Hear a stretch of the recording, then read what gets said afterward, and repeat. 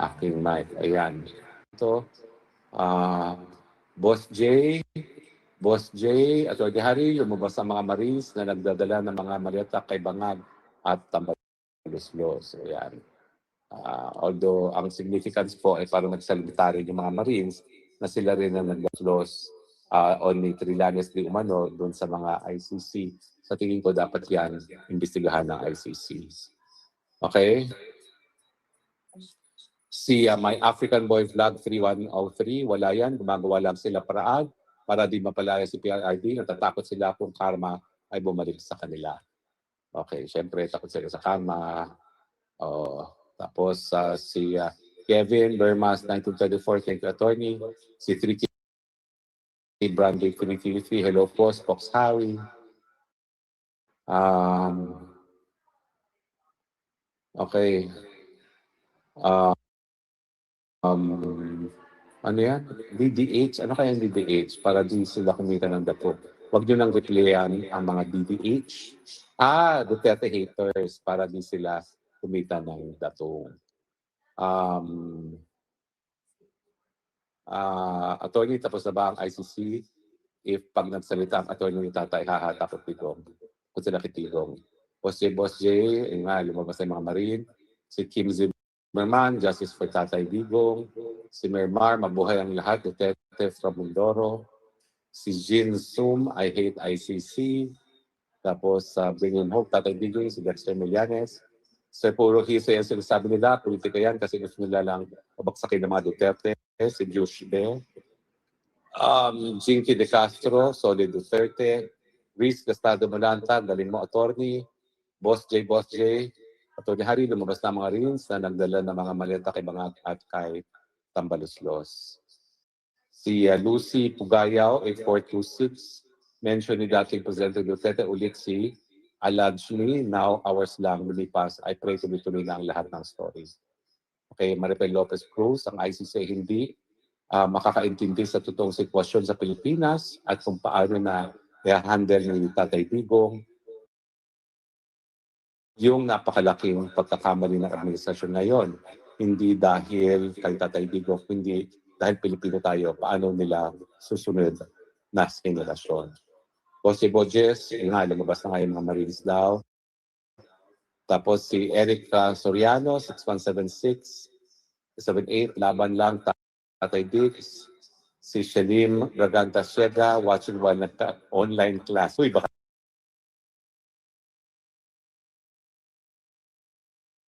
mahuli. O tayo, ako nga lalabas din ako, pero doon akong errands. Dala-dala ko ang aking earphone para marinig ko ang mga pangyayari. Dodoy Tinaan, unfair. Huwag nyo nang yan ang mga DDA dahil importante pong masundan natin itong mga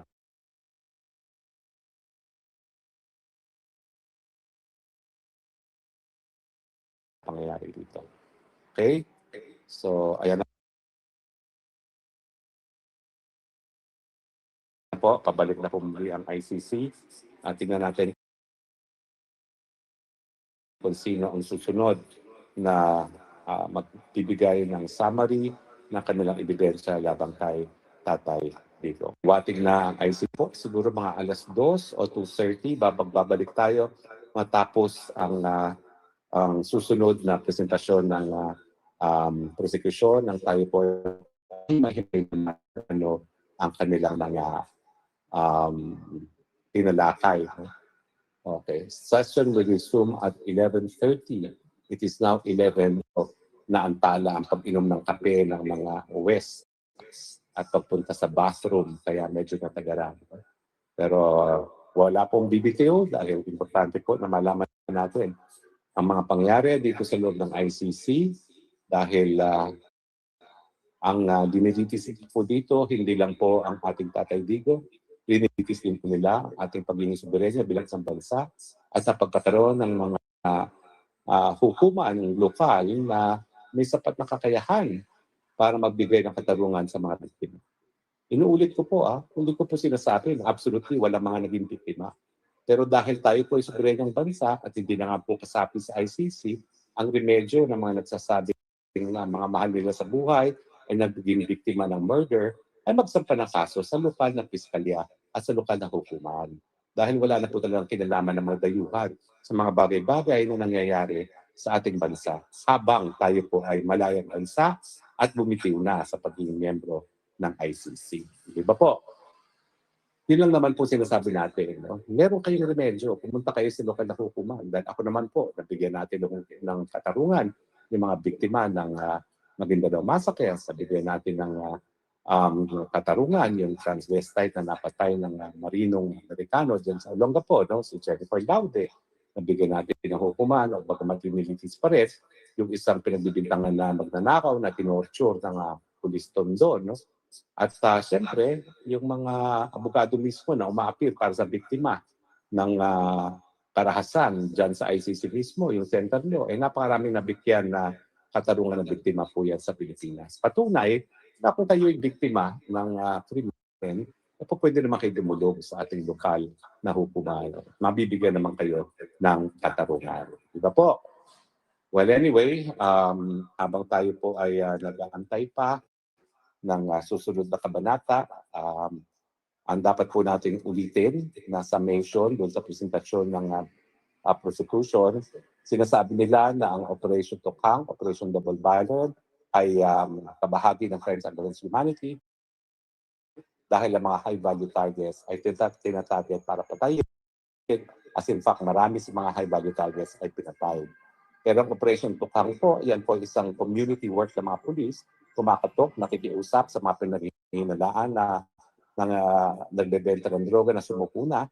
Kinuwestiyon po yan sa Korte Suprema at bagamat nagbigay ng proteksyon sa ilang mga nagrereklamo ang ating Korte Suprema sa pamamagitan ng writ of amparo at writ of habeas data, hindi po pinawalang bisa ng Korte Suprema ang Operation Tokhang, ang Operation Double Barrel, dahilan para nga po masabi natin na wala pong illegal dyan sa operasyon na yan.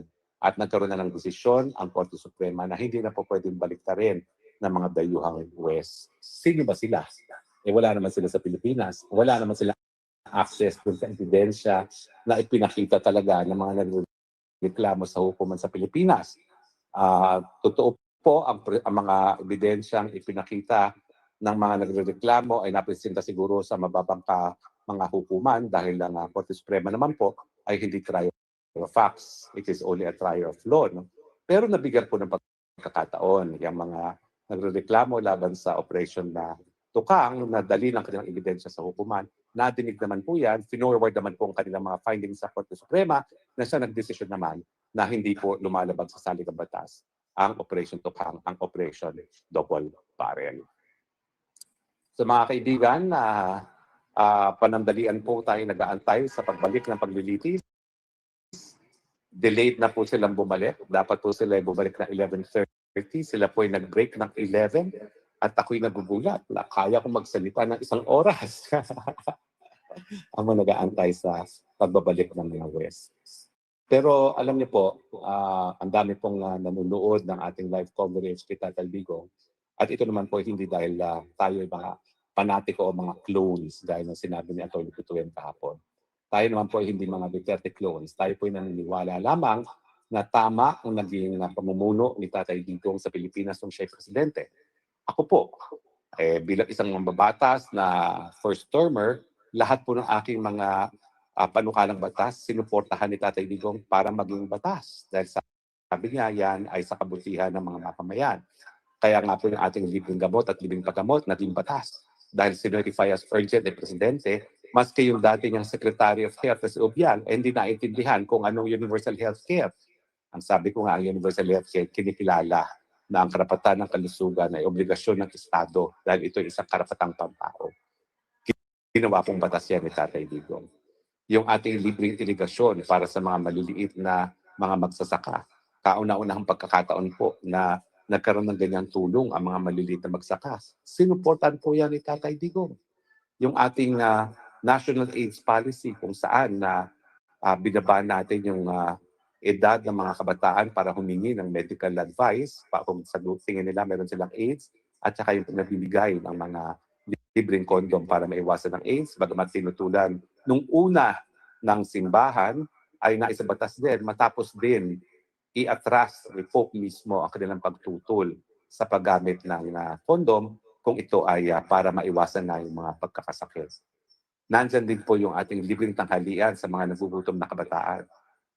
Nalulungkot nga po na hindi na ako nakabalik sa Kongreso dahil ang nais ko po pag tayo makabalik sa Kongreso, lahat ng estudyante natin sa mababang paaralan, kapulungan tuloy, at saka sa high school ay magkaroon ng libreng tanghalian. Libreng at masustansyang tanghalian dahil alam naman natin na ang nutrisyon ay importante para magkaroon ng malakas na utak at malakas na pangangatawan ang ating kabataan. Yung libreng tuition sa tertiary education, magamat hindi po akong primary author dyan, talagang pinapavito po ng mga miyembro ng economic team ni Tatay Digong. Kaya nga lang po, nung kinausap ko si Tatay Digong, ang sabi nga niya, no, hindi ko invito yan. I believe in investing in our people. Kaya po naging batas po yan. No? At lahat nga po ito ay naging accomplishment ni Tatay Digong at natutuwa naman po ako na marami sa accomplishment ay dahil po sa mga batas na ating isinulong. Mukhang magbabalik na po ang ICC. Ayan, nakabalik na po sila. So, pakinggan po natin ang mga susunod na mga pangyayari.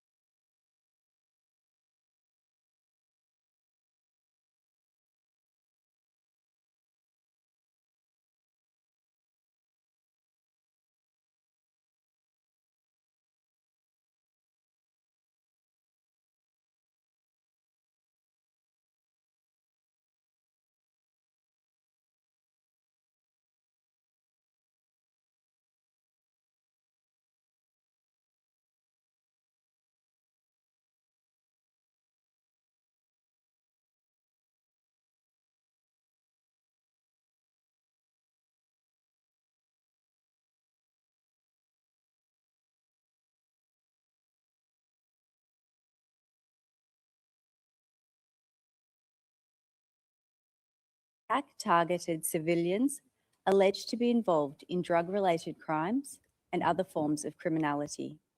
The Rome Statute crimes alleged in this case formed part of that attack. Second, the attack was widespread and systematic.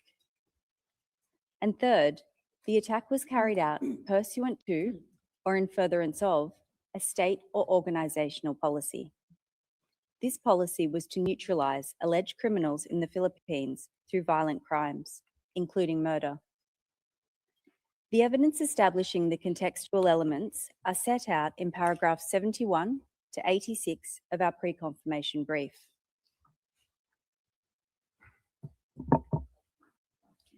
In relation to the requirement of an attack, our case is that from at least the 1st of November 2011 to the 16th of March 2019, the Davao Death Squad, or DDS, and/or the National Network carried out an attack which targeted civilians alleged to be criminals. Your Honours have heard from my colleagues how from 2011 until 2016, the attack was concentrated in Davao City. Then, in 2016, when Mr. Duterte became president, he and his co-perpetrators expanded the attack nationwide. They used the national network to do this, which, as Mr. Jeremy has explained, was comprised of state actors, such as law enforcement personnel, as well as non-police assets and hitmen.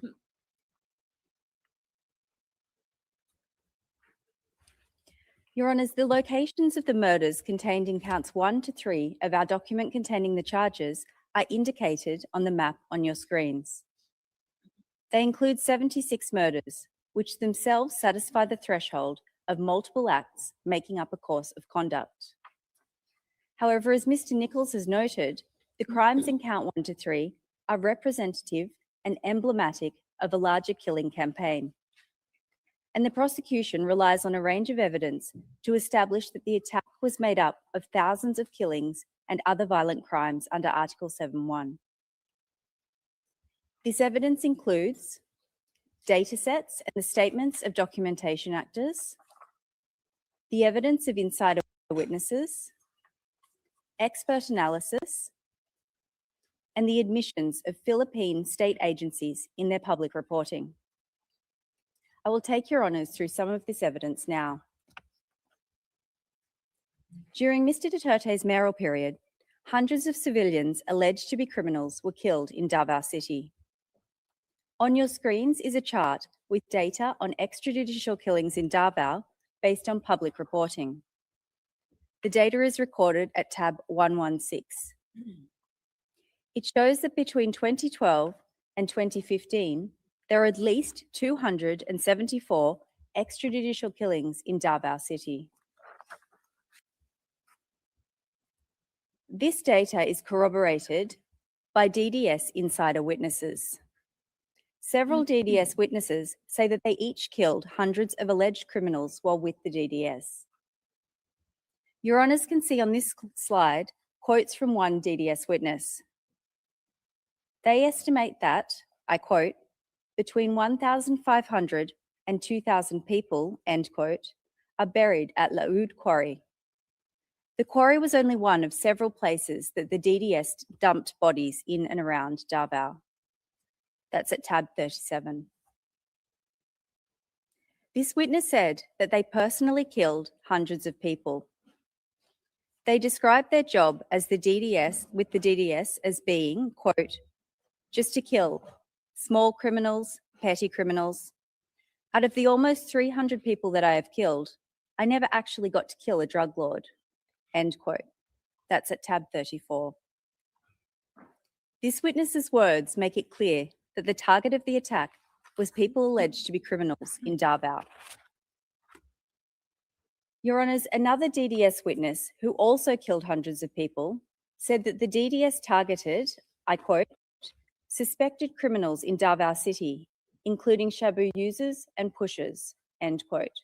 That's at tab 58. Your Honours, as you have heard previously, Mr. Duterte has himself publicly admitted that he killed around 1,700 people while he was mayor of Davao City. I quote, they say I killed 700, they undercounted, around 1,700, end quote. That's at tabs 10, 10.1, 10.2.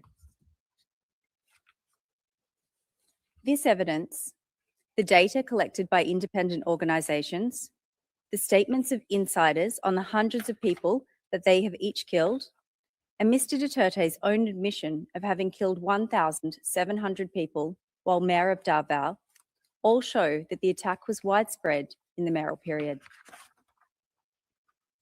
And the attack continued to be widespread after Mr. Duterte became president, when it expanded across the country. The victimisation expanded, with the hundreds killed during the mayoral period becoming thousands in the presidential period. Your Honours can see a map of the Philippines on the slide. The colours which will emerge show the locations and density of the killings in the anti-illegal drug campaign. Purple dots indicate an area with 1 to 10 killings, while yellow indicates 500 killings. This is how the killings progressed throughout the presidential period.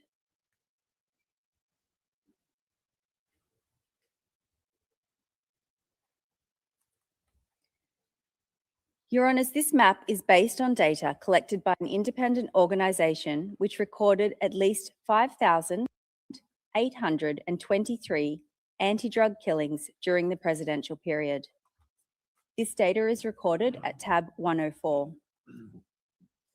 The data shows that the attack during the presidential period was widespread. As Your Honours can see from the map, it occurred across the country. It occurred over multiple years, and thousands of civilians were killed. Mr. Duterte's administration effectively admitted to the large volume of the attack. They admitted that thousands of individuals were killed in anti-drug operations while Mr. Duterte was president. For example, in the Duterte administration's 2017 year-end report, which you can see on your screens, the administration admitted that 3,967 drug personalities died in anti-drug operations in the first year and a half of Mr. Duterte's presidency. That's at tab 106. Similarly, the Philippine Drug Enforcement Agency, or PDEA, admitted that 5,281 drug personalities died in anti-drug operations in the first 2.5 years of Mr. Duterte's presidency. This is at tab 98. These admissions corroborate the widespread nature of the attack. They show that thousands of individuals were killed. Your Honours, in addition to being widespread, the attack was also systematic from its origins and throughout the charge period. The features of DDS operations demonstrate this systematicity during the mayoral period. And these features can be found in our brief at paragraphs 35 to 36 and 88 to 98. Insider witnesses described how time and time again, killing operations followed the system set out on the screen. The same hierarchical structure was followed. As Mr. Nichols explained, the orders flowed from Mr. Duterte at the top, through a combination of other co-perpetrators, to the handler of the relevant DDS team, and finally to the physical perpetrators at the bottom. The DDS teams composed of police and non-police assets and hitmen who carried out the killings. The features of the killings were also often markedly similar. The identity or whereabouts of the victim was provided to the DDS by an informant. The perpetrators would frequently arrive to or flee the crime scene by motorcycle. They shot or stabbed their victims at close range. The victims were targeted on the basis that they were alleged to be drug users, pushers, or other criminals.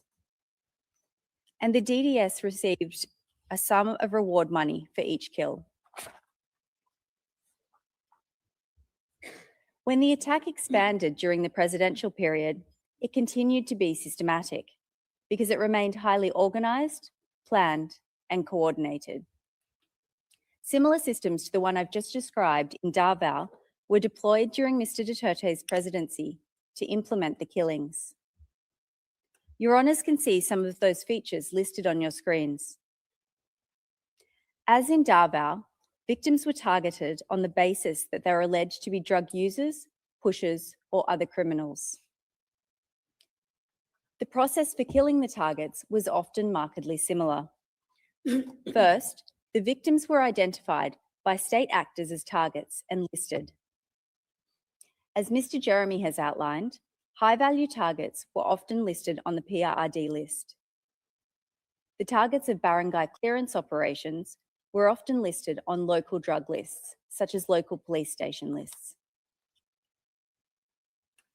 Second, targets were killed in the context of so-called law enforcement operations.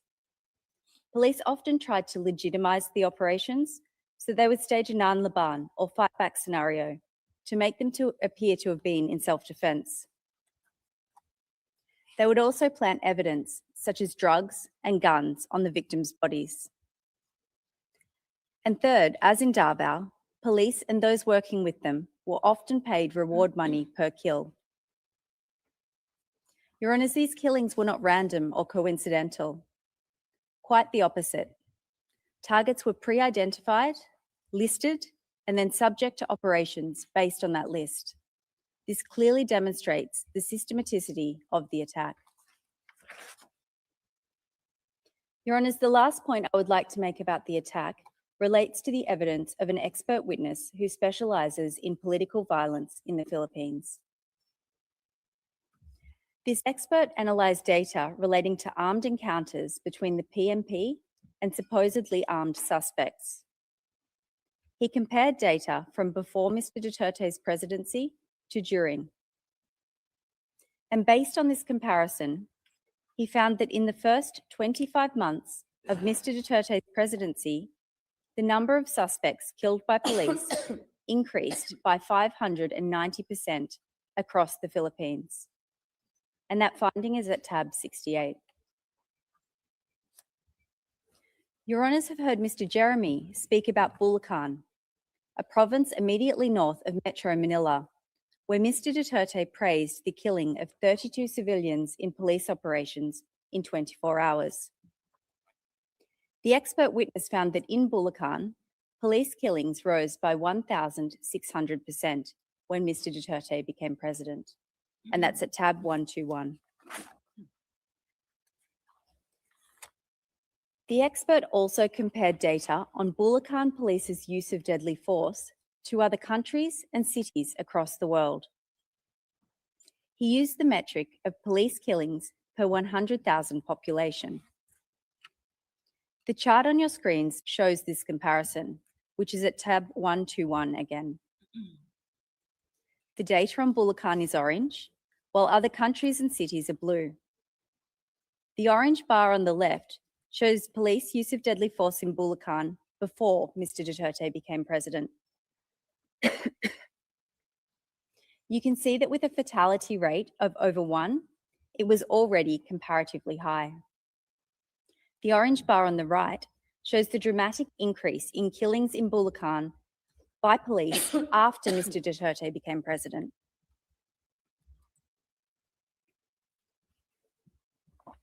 The expert concluded that, quote, "The only plausible explanation for such an extreme ratio is a widespread policy of extrajudicial executions," end quote.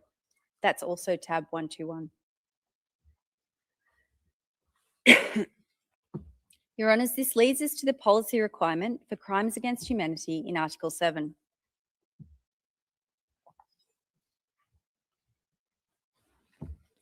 Your Honours, the attack in this case was carried out pursuant to a policy to neutralise alleged criminals through violent crimes, including murder. The policy was also known as the Davao Formula or model. Your Honours have heard about the origins of the policy in Davao City and how it was implemented by the local executive government. Mr. Nichols explained how Mr. Duterte, when Mayor of Davao City, established the Davao Death Squad to carry out the policy and kill criminals. The evidence establishing the state or organisational policy in this case is set out at paragraphs 77 to 84 of our brief. As the policy and the common plan were both to neutralise alleged criminals via violent crimes, there is some overlap between the evidence on each. I will set out some of that evidence now while discussing the policy, and then some later while discussing the common plan. The evidence includes Mr. Duterte's many public statements and speeches outlining the policy. It also includes the Command Memorandum Circular, which Mr. Jeremy mentioned earlier, witness accounts, speeches and statements by other co-perpetrators, sorry, the high level of coordination between state actors. Sorry, Your Honours. I will start with Mr. Duterte's own speeches. Your Honours, Mr. Duterte made no secret of the policy, as is shown by the references in our brief to his many speeches outlining the policy. He made these speeches as Mayor of Davao, as a presidential candidate, and then as President of the Philippines. One example of a speech that Mr. Duterte made as Mayor was at a meeting on peace and order in Davao in October 2015. And that is tab 13.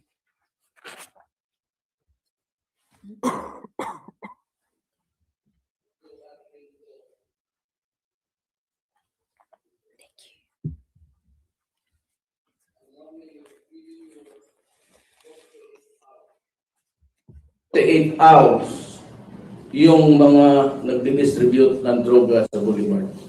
Giving you 48 hours. Pag nakita ko kayo, papatayin ko kayo dito. These are Mr. Duterte's own words. I quote, "I will kill you. That's the only formula that worked in my city." End quote. That is tab 133.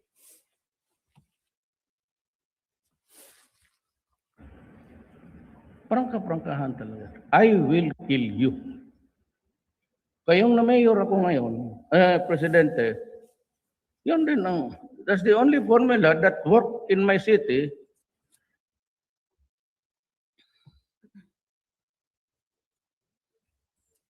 Your Honours will recall that yesterday, Mr Nichols played a series of Mr Duterte's presidential campaign speeches.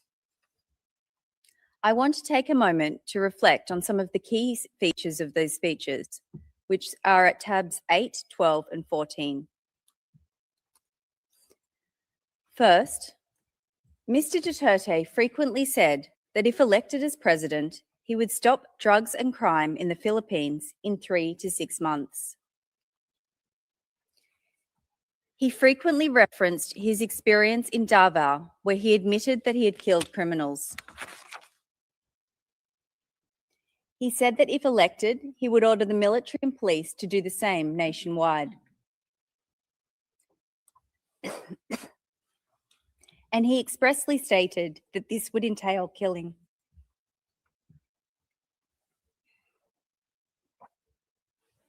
Your Honours, Mr. Duterte's speeches make it clear that there was a policy to neutralise alleged criminals by violent means, including murder.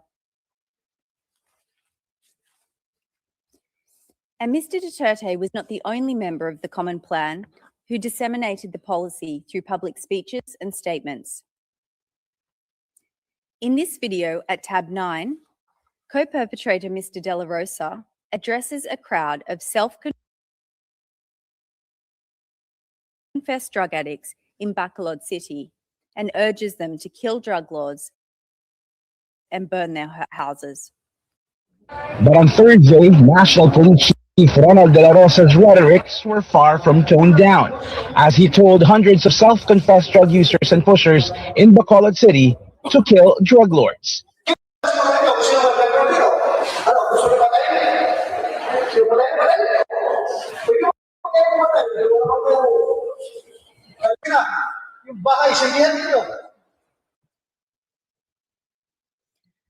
Mr. De La Rosa made this speech on the 25th of August, 2016.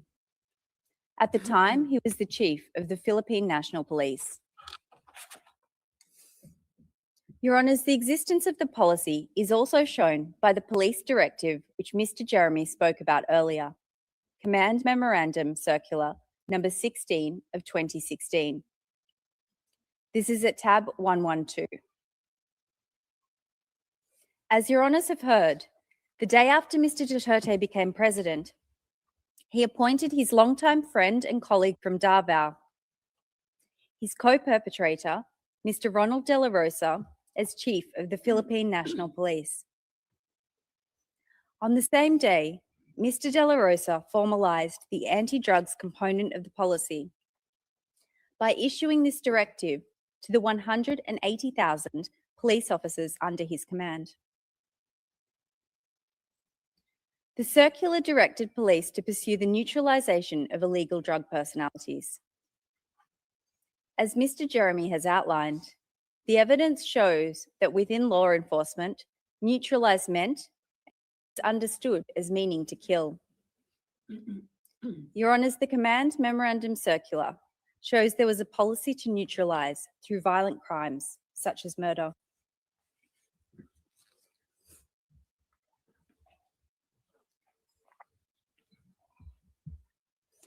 I will now turn to part 2 of my presentation on Mr. Duterte's individual criminal responsibility. The prosecution's evidence on this is set out at paragraphs 5 to 70 of our brief. The prosecution alleges that Mr. Duterte indirectly co-perpetrated the crimes, ordered and/or induced the crimes, and/or aided and abetted the crimes. Today, in the interest of time, I will focus on indirect co-perpetration, and we rely on our brief for the other modes of liability. Your Honours, Mr. Duterte is an indirect co-perpetrator of the alleged crimes because, first, he agreed to a common plan to neutralise alleged criminals. Second, he and his fellow co-perpetrators jointly controlled a structure of power, namely the Davao Death Squad and the National Network, which they used to pursue the common plan. Third, Mr. Duterte made an essential contribution to the crimes within the framework of the common plan. And fourth, he did this with the requisite intent. Your Honours can see on your screens an excerpt from paragraph 4 of our document containing the charges. This sets out the scope of the common plan. The plan was to neutralise alleged criminals in the Philippines, including those perceived or alleged to be associated with drug use, sale, or production through violent crimes, including murder. As Mr. Nichols has explained, Mr. Duterte and his co-perpetrators agreed to this plan in Davao City. Photos of the co-perpetrators in Davao City are displayed on your screens. They're a combination of trusted police officers, an individual from Mr. Duterte's mayoral office, an officer from the National Bureau of Investigation in Davao Region, and a lawyer who acted on behalf of certain members of the Davao Death Squad. In 2016, when Mr. Duterte became president, the members of the Common Plan remained largely the same. They were joined by a further two individuals, a senior police officer and a longtime colleague of the group from Davao City, who had worked with the DDS before the jurisdictional period. I will take your honours through some of the evidence which shows both the scope of the common plan and the co-perpetrators' agreement to it. In the interest of time, I will address some co-perpetrators and we rely on our brief for the rest. That's at paragraphs 9 to 23 of our brief. On your screens is a photograph of Mr. Ronald De La Rosa. When Mr. De La Rosa was Davao City Police Chief, he developed Tokhang operations. As your honours have heard from Mr. Jeremy, Tokhang was a blueprint for police to implement killings later in the presidential period. When he was announced as Mr. Duterte's chosen PMP chief in May 2016, Mr. De La Rosa gave this interview, which is at tab 101. It shows that he wholeheartedly agreed to the common plan. Patayan sa drugs. Patayan talaga ito sa drugs. Kayo mga drug lord dyan, humanda na kayo at talagang sasagasaan ko kayo. On this slide is a photo of Isidro La Peña. Like Mr. De La Rosa, Mr. La Peña was well known to Mr. Duterte because he too had worked as Davao City Police Chief. In his case, from 1996 until 1998. In 2016, Mr. Duterte appointed Mr. La Peña as Director General of the Philippine Drug Enforcement Agency, or PDEA. PDEA is the lead anti-drug enforcement agency in the Philippines. 2 days after Mr. La Peña took his oath, he gave a speech to his PDEA subordinates. There is an excerpt from that speech on the slide. Quote, "Under then Mayor, we implemented strict law enforcement against illegal drug activities in Davao City. The President wants to replicate and expand what is being done in Davao. And that is precisely what I intend to do." End quote. That's tab 101.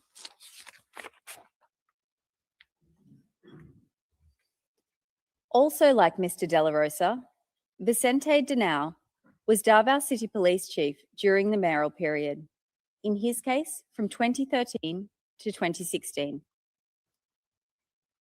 In November 2018, he was appointed Police Chief of Manila Police District, and he told reporters, quote, "If I discover anyone involved in drugs, especially those who distribute or just throw them around, son of a bitch, I will go after you, goddamn. I will kill you. Blatantly, I am saying that. Sons of bitches." End quote. That's tab 96. When Mr. Duterte became president, he appointed Vitaliano Aguirre II as Secretary of Justice. Mr. Aguirre has also publicly acknowledged the common plan and his agreement to it as a member of Mr. Duterte's administration. Well, which do you want? We build first do we build the prison facilities first, or do we go against these people? Choose. If you're in the Philippines, we will choose to kill these drug lords. Quote, in the Philippines, we will choose to kill these drug lords, end quote. That's tab 125. Your Honours, these speeches of co-perpetrators show both the scope of the common plan and those co-perpetrators' agreement to it.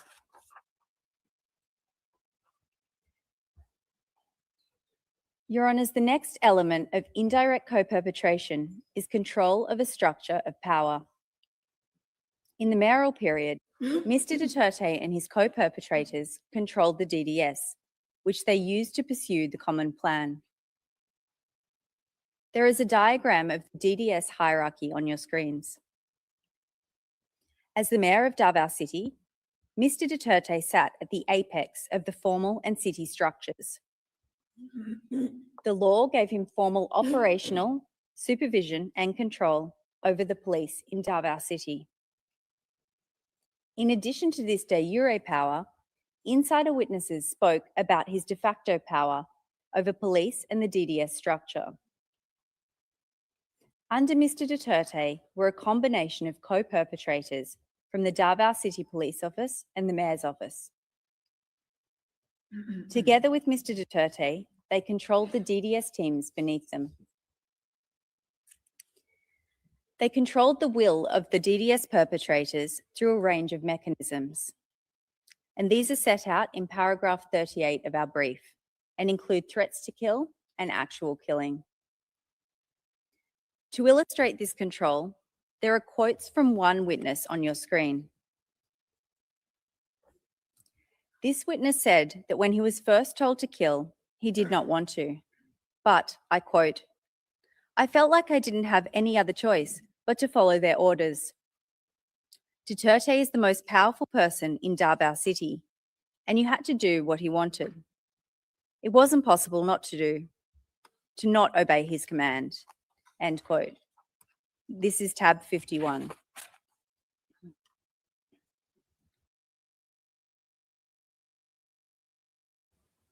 When Mr. Duterte became president, the co-perpetrators continued to control a structure of power. One of the first things that Mr. Duterte did with his new presidential powers was to appoint his co-perpetrators from Davao to national positions in government and law enforcement, which were key to the appointed Mr. De La Rosa perpetrators into key policing roles. These new appointments expanded the geographic powers of the co-perpetrators and allowed them to create a larger network of individuals they controlled. Your Honours can see that structure of power on the chart on your screens. The co-perpetrators controlled the executive, they controlled the police, they controlled the Drug Enforcement Agency, the National Bureau of Investigation, and the Department of Justice. And they used this control to ensure that their subordinates carried out the plan to neutralise alleged criminals through violent crimes. For example, as PMP chief, Mr. De La Rosa now controlled some 180,000 police officers who, as you have heard, he directed to neutralise drug personalities. Mr. La Peña now controlled 1,800 Philippine drug enforcement personnel. They used these subordinates as physical perpetrators to commit the crimes. Mr. Aguirre, as Secretary of Justice, now had control of the National Prosecution Service. He used this control to ensure that, except for a handful of low-level perpetrators in notorious cases, the crimes were not prosecuted, and a climate of impunity prevailed. And the co-perpetrators controlled the will of the physical perpetrators. As in Davao City, low-level members of the national network risked losing their jobs if they did not comply. For example, Your Honours can see the evidence of a police insider on your screens. He said that if his boss did not kill enough people during police operations, he would lose his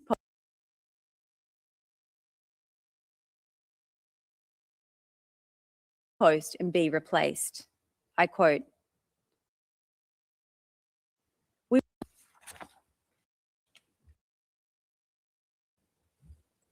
Now on your screens is the evidence of an individual who police suspected of involvement in drugs. He surrendered to police to avoid being killed.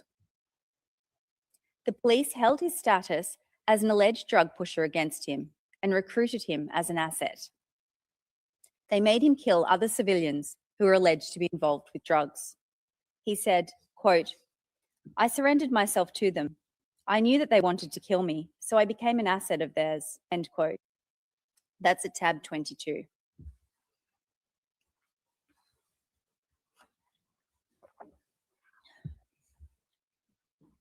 Your Honours, I will now turn to the requirement of an essential contribution. Mr. Duterte made an essential contribution to the crimes within the framework of the Common Plan. And the prosecution has set out 10 of Mr. Duterte's contributions in our brief at paragraphs 44 to 58. Many of these have been discussed in the prosecution's presentations. For example, Mr. Nichols spoke about how Mr. Duterte designed and disseminated the policy in this case, which is point A on the slide. He also spoke about point B, how Mr. Duterte established and oversaw the DDS. I have just addressed point E, on the appointment of key personnel to positions which were crucial to the execution of the crimes.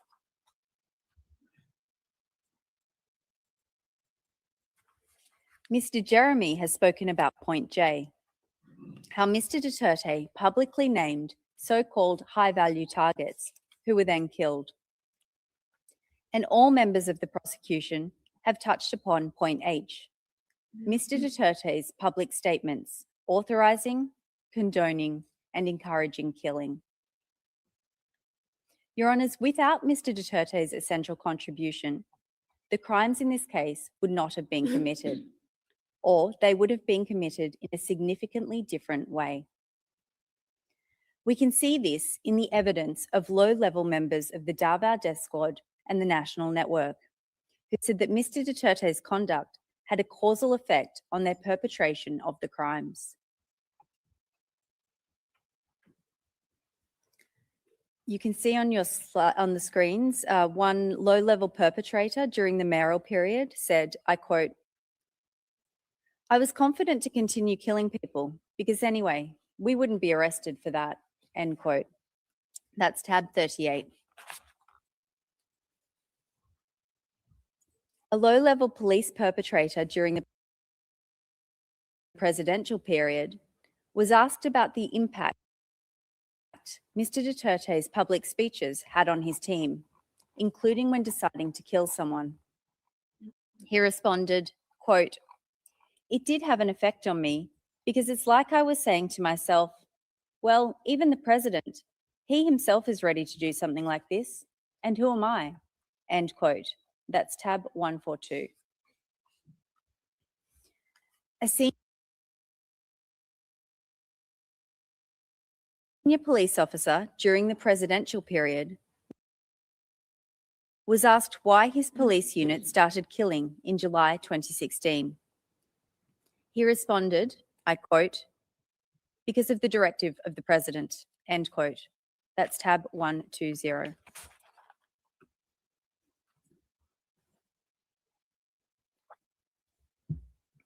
Your Honours, from everything you have heard over the past 2 days, there can be no doubt about Mr. Duterte's knowledge and intent. Mr. Duterte meant to engage in the conduct that has been charged in this case. He intended that the crimes would be committed, and he was aware that they would be committed as a result of implementing the common plan. Mr. Duterte knew about the fundamental features of the Davao Death Squad and the national network that enabled the co-perpetrators to control the physical perpetrators. And he was aware of the factual circumstances that enabled the co-perpetrators to control the crimes. Mr. Duterte knew because he himself established the DDS to kill people. He repeatedly broadcast his intention to implement the common plan nationally if elected president. He made it clear that this would involve killing. Once he was president, he moved his trusted co-perpetrators from Davao into key national positions. And as the number of killings rose, Mr. Duterte persisted with the common plan. He praised the 32 killings in a one-time big-time operation in Bulacan. He publicly named so-called high-value targets. He promised to protect police. And as Your Honours have heard, Mr. Duterte has admitted to many of these things. Your Honours, I will conclude my presentation by recalling 2 items. The first is Mr. Duterte's presidential campaign promise that he would stop drugs and crime in the Philippines within 3 to 6 months. And the second is the spread of killings during the first 6 months of Mr. Duterte's presidency. I promise you, hindi naman believe yung ibang tao. Sabi ko, I would stop drugs and crime, criminality in 3 to 6 months. That concludes the prosecution's submissions on the merits. Thank you, Your Honours. Judge, thank you very much. Am I to understand that you have finished with the presentations on the merits? Yes, that is correct.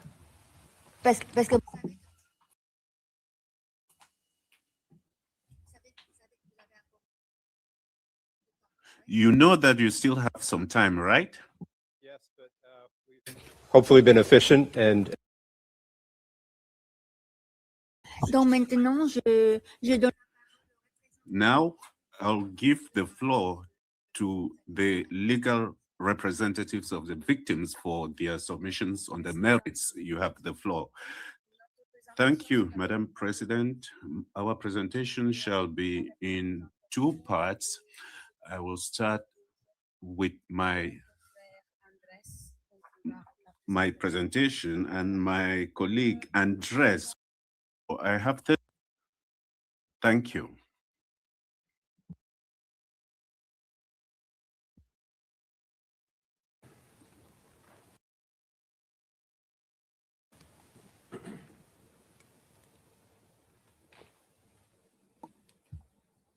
Madam President, Your Honors, we speak today on behalf of thousands of victims and surviving families under the so-called former families who cannot be here, mothers who buried their sons, children who lost their parents, the spouses who now raise families alone, and communities that have lived for years under fear and silence, and that continue to bear the consequences of violence that swept through their neighborhoods like a storm. These victims appear today before you, not as mere statistics or distant figures, or images in report as pictured yesterday by the defense, but as human beings whose rights under the Rome Statute have been violated in the most profound ways. These proceedings relate to what has been labeled the Duterte's war on drugs and Duterte's bloody war on drugs. However, the campaign, as I will refer to it during my presentation, was less about combating the drug trade itself and more about policing poverty and social inequality. As the evidence on the record unequivocally shows, individuals targeted by Mr. Duterte anti-drug operations overwhelmingly came from impoverished communities where social mobility is limited and opportunities are scarce. Drug use, particularly methamphetamine, locally known as shabu, is often more prevalent in such low-income settings where people may turn to substances as a coping mechanism for their harsh living conditions. In these communities, structural conditions, including the absence of adequate mental health services, limited access to quality education, scarce employment opportunities, and the chronic stress associated with poverty, create an environment in which substance use is more likely to emerge. Therefore, patterns of drug use do not arise in a vacuum. They reflect deeper systemic inequalities and long-standing patterns of socioeconomic marginalization.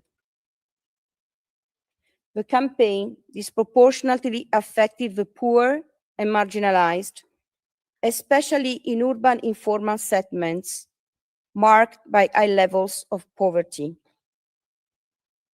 While the rhetoric of war focused on eradicating drug dealers and users, it was the most vulnerable members of society, those with the least power and resources, were caught in the crossfire.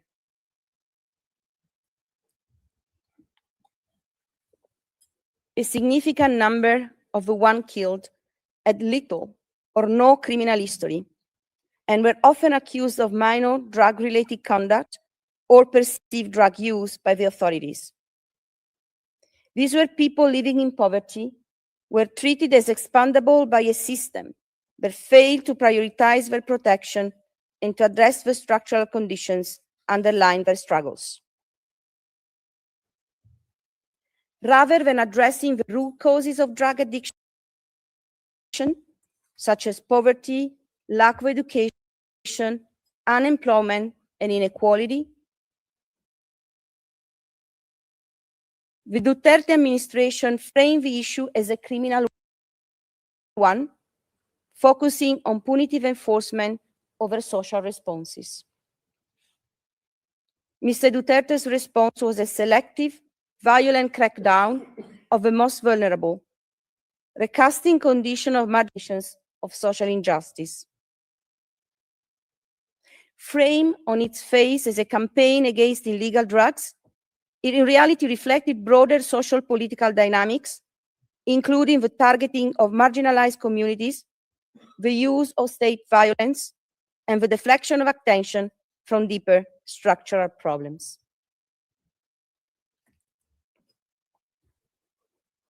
Mr. Duterte is charged under Article 7(1)(a) of the Rome Statute with the crimes against humanity of murder and attempted murder, allegedly committed between 1st November 2011 and 16 March 2019 in or around Davao City during the period in which he was mayor of the town, and across the Republic of the Philippines during his term as president of the country.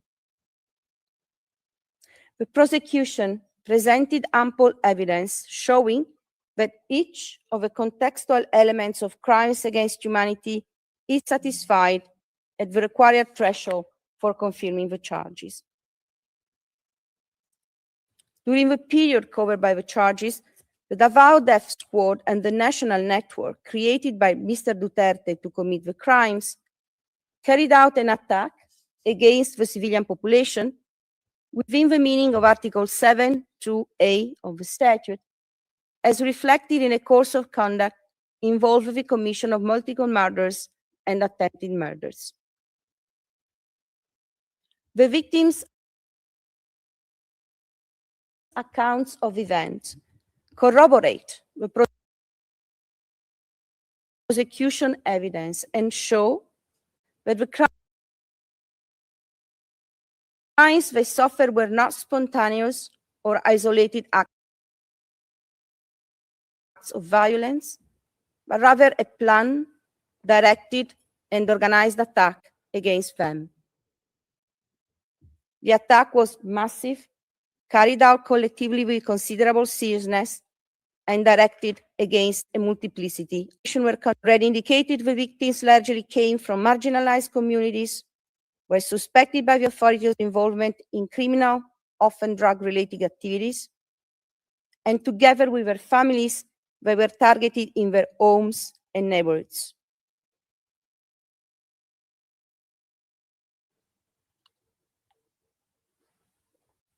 The attack was widespread and systematic, and we refer, Your Honor, to Annex D and E of the prosecution pre-trial brief.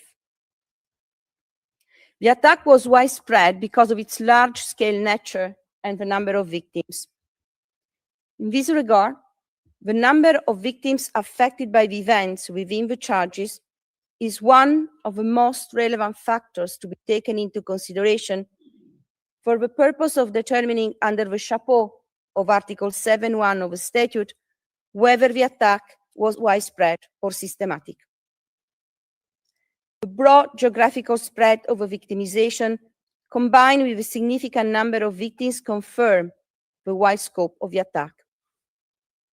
As the prosecution has made clear yesterday and today, the instances of murders and attempted murders in the document containing the charges and in the pre-trial brief are simply illustrative of a much broader pattern of victimization. In fact, the actual scale of victimization extends well beyond the 49 incidents affecting 78 victims presented by the prosecution. The prosecution itself referred to thousands of civilians murdered. And we recall here the content of paragraph 73 of the prosecution pre-trial brief, as well as the remarks by Ms. Croft just 15-20 minutes ago. As reported by Human Rights Watch in a report published in 2022, since 2016, the Philippine police have admitted its involvement in the death of more than 6,200 people in drug raids across the country. In a 2020 report, the United Nations Office of the High Commissioner for Human Rights reported 8,663 deaths occurred in the drug war. The Human Rights Commission of the Philippines and domestic human rights group report death tolls that are 2 to 3 times higher than the UN figure.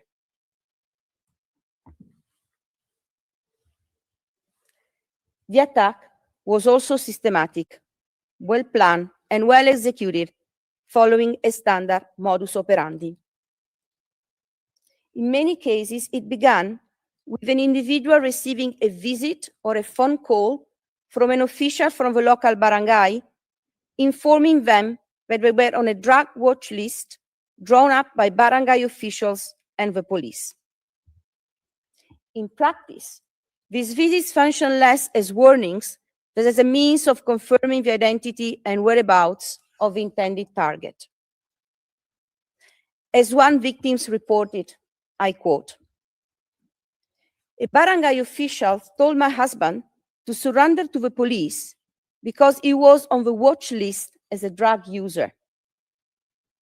He had given up drug use months earlier, so did not go. 2 weeks later, 3 armed masked men wearing bulletproof vests arrived at our home in Manila and handcuffed him. I could hear my husband begging for his life from outside the room. We were crying, and the other armed men threatened to kill us as well. Moments later, my husband, was shot dead. End of quote. Survivors, relatives, and neighbors consistently recount that armed men typically work in groups of 2, 4, or a dozen. They wore either police uniform or civilian clothes, often all black, with their face concealed by balaclava-style headgear, masks, baseball caps, or helmets. They carried handguns. As one victim explained, and I quote, "On 6 June 2017, at about 9:45 in the evening, I was at home with my husband, and our children were sleeping upstairs.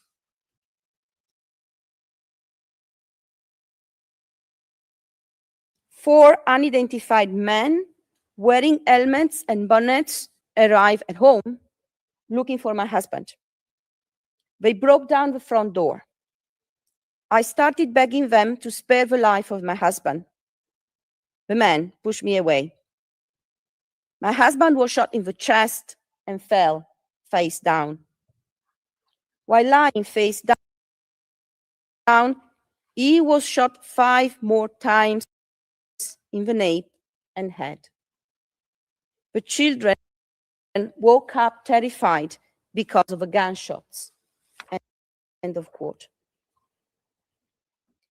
Attackers frequently travel by motorcycle, typically with 2 individuals on a single bike. Often, and at times, bearing markings associated with police vehicles was also present. They banged on doors and barged into rooms. The attackers did not identify themselves or provide warrants. Family members report hearing beatings and their loved ones begging for their lives. And I quote again from the recollection of one of the victims. 5 masked armed men broke into our house in Bulacan province, where my father was playing cards. We could see him kneeling in a surrendering position. We were just there. My father's face was bleeding from being hit, and he was begging them for mercy when he was shot. End of quote. Another victim explained, quote, "My father collapsed to the floor but still tried to move, begging for his life. Yet the man continued shooting him. I couldn't count how many times I was so afraid. We also heard successive gunshots from outside. Later, we found that also 2 of our neighbors," end of quote. The shooting could happen in closed doors or in the street, or the victims would be taken away by the gunman only for shots to be heard minutes later and the body to be discovered by local residents. At times, bodies were dumped elsewhere, sometimes with hands tied or heads wrapped in plastic. Relatives typically found them after being alerted by policemen or by the neighbors.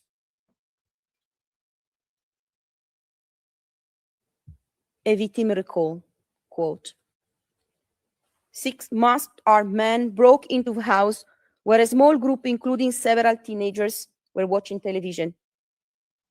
The men arrested and beat 2 young boys they believed were drug suspects and then took them away on motorcycles. A half hour later, after hearing from a uniformed policeman, we, referring to the relatives, rushed to a nearby bridge to find their bodies, both with gunshot wounds to the head, their hands tied with cloth. The gunmen were still at the scene while uniformed police cordoned off the area. Another victim recounted, quote, "A week after his brother was killed, 10 police officers summoned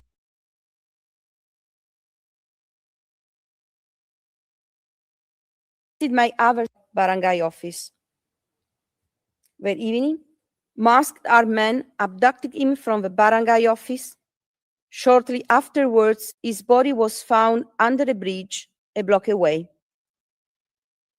When we found him, we saw he had been tied behind his back. He had been shot execution style through the mouth." End of quote.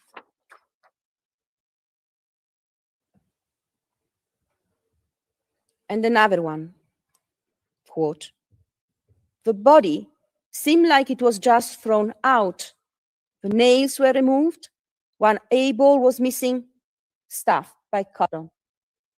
End of quote. Special crime scene investigators typically arrived within minutes. In numerous cases, an unregistered 38 or 45 caliber gun and a packet of shabu were found placed beside the body. And instead of fleeing from the police, the gunman would mingle with them. As one of the victims described, I quote, "On 7 June 2018, in the morning, I was at home when I saw my son coming back from his work on the opposite side of the street. Suddenly, I saw 8 policemen, 3 in uniform and 3 in civilian clothes. 2 of them crossed the street. They took my son. They accused him of selling shabu. He denied. He was then taken to the door of the house. He was shouting, 'Mama, help me!' I took a piece of wood and hit one policeman. Suddenly, one policeman pointed the gun against my son. He shot twice, at the head and at the placing 4 packets of shabu and the gun around the body of my son." End of quote. The same account of another victim who simply recalled, "After the shooting of my son, who was only 19, uniformed police showed me his body in the house and a 45 caliber handgun next to his body. I told them that my son could not afford and did not possess a gun, and therefore could not possibly have attempted to shoot at the police. I said he cannot even pay the rent. His sister paid the rent for him." End of quote. On occasions, victims were still alive when found by the relatives and taken to the hospital, where they later succumbed to their injuries.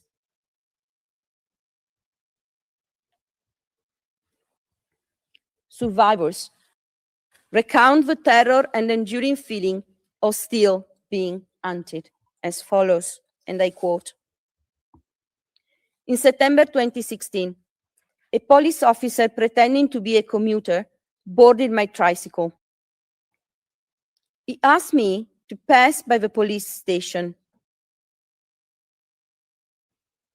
There, I was stopped by a group of men who turned to be police officers.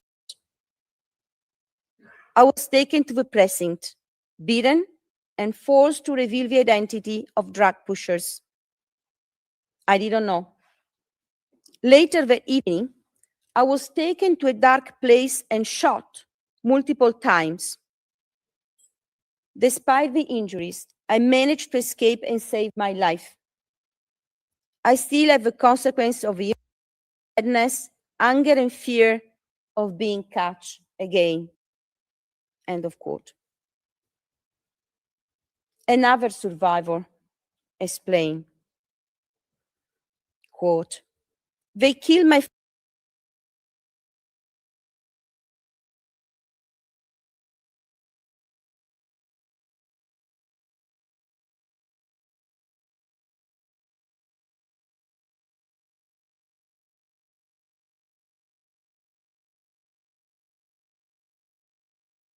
4 friends kneeling and defenseless.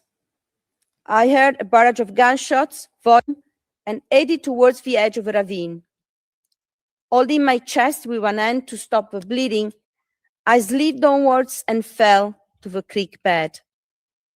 I crossed it, climbed the hill on the other side, and walked toward the highway. I encountered someone I knew and desperately begged for help. Concern only the cries of murder and attempted murder, victims' accounts also reveal widespread acts of torture, ill treatment, and rape. Young people were particularly exposed to torture and cruel and inhuman treatments, including unlawful arrest.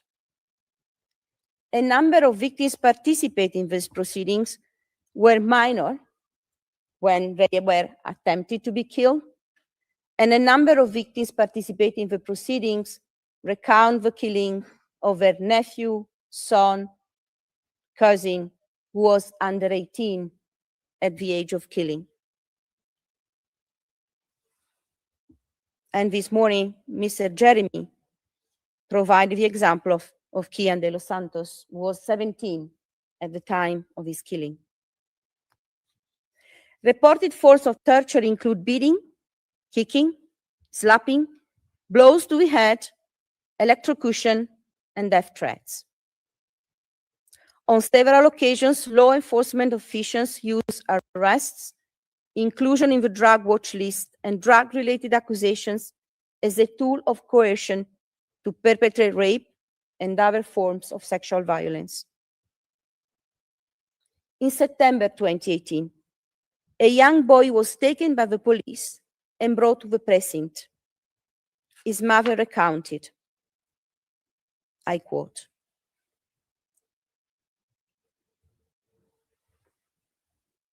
"At the precinct, he was repeatedly coerced into confessing a crime he was accused of.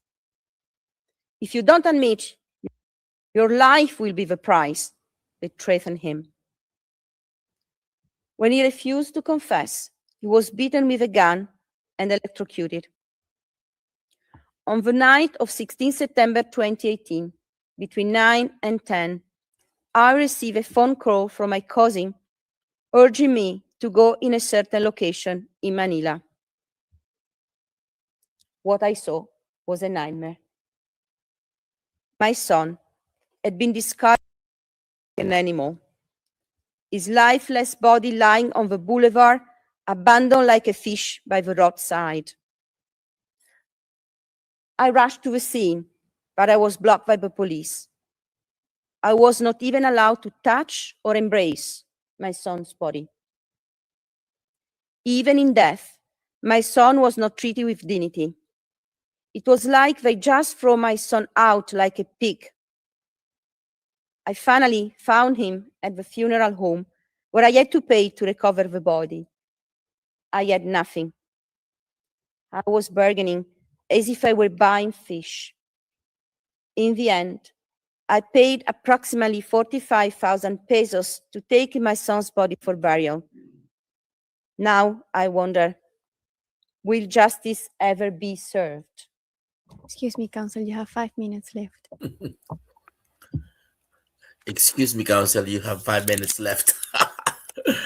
Guys, manood na lang po kayo Official police reports of these incidents invariably invoke self-defense to justify the killings, despite eyewitness accounts that portray the killings as cold-blooded murders of unarmed individuals. Here in my to bolster their claims, the police routinely planted guns, spent ammunition, and drug packets beside the bodies. While these official accounts contrasted markedly with the ones provided by relatives, they were notably consistent among themselves, typically characterized the incidents as by-bust anti-drug operation, differing little besides the names, places, and dates. The victim was invariably described as a dealer who attempted to sell to undercover officers conducting a buy-bust operation. Specialized local anti-drug units, called Station Anti-Illegal Drugs Special Operation Task Units were usually involved. According to the reports, the victim, after being put under arrest, often uncuffed, allegedly pulled out a weapon and sought to shoot the police. In every case, the victim was killed and none of the arresting officers were armed. In most cases, the police reporting having found shabu on or near the victim's corpse and sometimes a gun.